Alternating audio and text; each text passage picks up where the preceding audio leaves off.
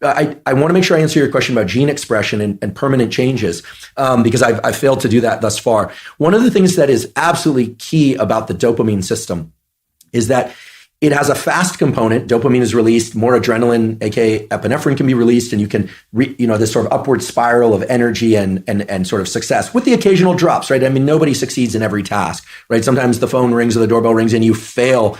Goodness, you fail to clean the cup. You come home, like, are you going to crash into a puddle of tears? No, you just clean it then and then put it away, right? Of course. But there's a slow system associated with achieving wins, even small wins. And that slow system is in the form of hormonal control that then translates to gene control. So two hormones in particular, testosterone and estrogen, which are present in both men and women, males and females, of course, but to varying degrees, are both secreted when the dopamine system is activated. This has to do with the relationship between dopaminergic neurons and the pituitary gland, which releases gonadotropins and luteinizing hormones, which then stimulate the testes and the ovaries, et cetera, to release the so-called sex steroid hormones. The sex steroid hormones, testosterone and estrogen, of course, are involved in reproductive biology, but they are both vitally important, provided they are in the proper ratios, for motivational biology. And for the following reason: the steroid hormones are so-called lipophilic, and they can cross from the outside of a cell through the cell membrane to actually into the nucleus of a cell and control gene expression. So when we achieve wins repeatedly, and again, this doesn't matter if you're male or female, you achieve wins repeatedly. Testosterone is the molecule that eventually accesses not just cells to control their immediate physiology, but goes into the nucleus of those cells and controls their gene expression. And what it translates... So does that mean, does that mean that demotivated men are producing less testosterone? We can say that the data show that repeated failures take testosterone levels lower than they would be otherwise. That is not to say that people with low testosterone will always fail. Those with higher testosterone always win. But it was just to be clear, because you are correct, but people sometimes get hitched on this causal part. But indeed, one of the quickest ways to boost someone's testosterone is to have them achieve a win of some sort. Now, the win is translated... Well, one of the things you do in behavior therapy constantly is you help people calibrate the zone of proximal development. So imagine that's Vygotsky's term, right? And so if you're in the zone of proximal development, you're pushing your skill development one increment forward. And it's one that you can actually manage. And so if you see people who are entirely stymied, we're sort of back to the cup of coffee or the coffee cup example, you want to find something they can do locally this week that would constitute at least a micro win. And you just keep, and if you talk to someone, you say, well, why don't you try cleaning up your room? Because it's a complete catastrophic nightmare. It's a good place to start. And this is often the case with people who are really demoralized and whose life is utterly chaotic.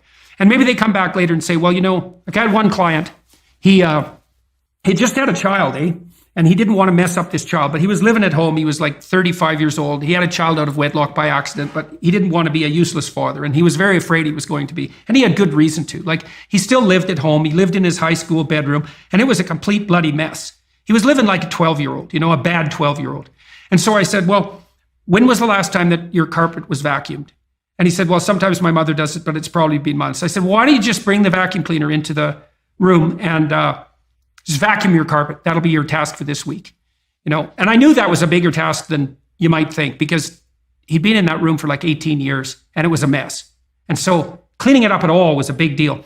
He told me that he dragged that bloody vacuum cleaner into the doorway and left it 45 degrees across the doorway and then stepped over it for the whole week without actually using it. Oh my goodness. Yeah, resistance, that was resistance from a psychoanalytic perspective, because he saw the monster and was paralyzed. And so what we did was we reduced the task. I said, look, you've got some drawers in your bureau. They're probably a mess. Do you have a sock drawer? Yes. It said, clean up one half of the sock drawer this week. That's it. Just organize it. So you just keep cutting the tasks down week by week until you find the threshold for positive movement forward. And then what's cool about that too is there's a Pareto principle issue associated with it. So if you can find out where the person can start, it isn't linear progress, it's exponential progress forward. And so even if they have to start at a micro level, it doesn't really matter, because they get much better at it very, very rapidly as they accrue successes. Maybe that's because they're learning in the way that you described. Okay, so back to the gene regulation. It increases testosterone, the wins. And yeah, so testosterones are associated wins. Winners tend to be able to win more? There's some, et cetera. But, if we want to bring this into the common world, a few years back when I started doing some public facing education, I started getting a lot of questions, especially on YouTube from young males, about pornography and masturbation. And this becomes very relevant here. We have to remember that this dopaminergic system is generalizable to many different behaviors, right? Academic pursuits, sports pursuits, relationship pursuits. But fundamentally, it was, again, I wasn't consulted at the design phase, but fundamentally it's tacked into the adaptive survival behaviors. And every species, including ours, has at least two major motivations, which is to protect its young and to make more of itself, to make more young at some level.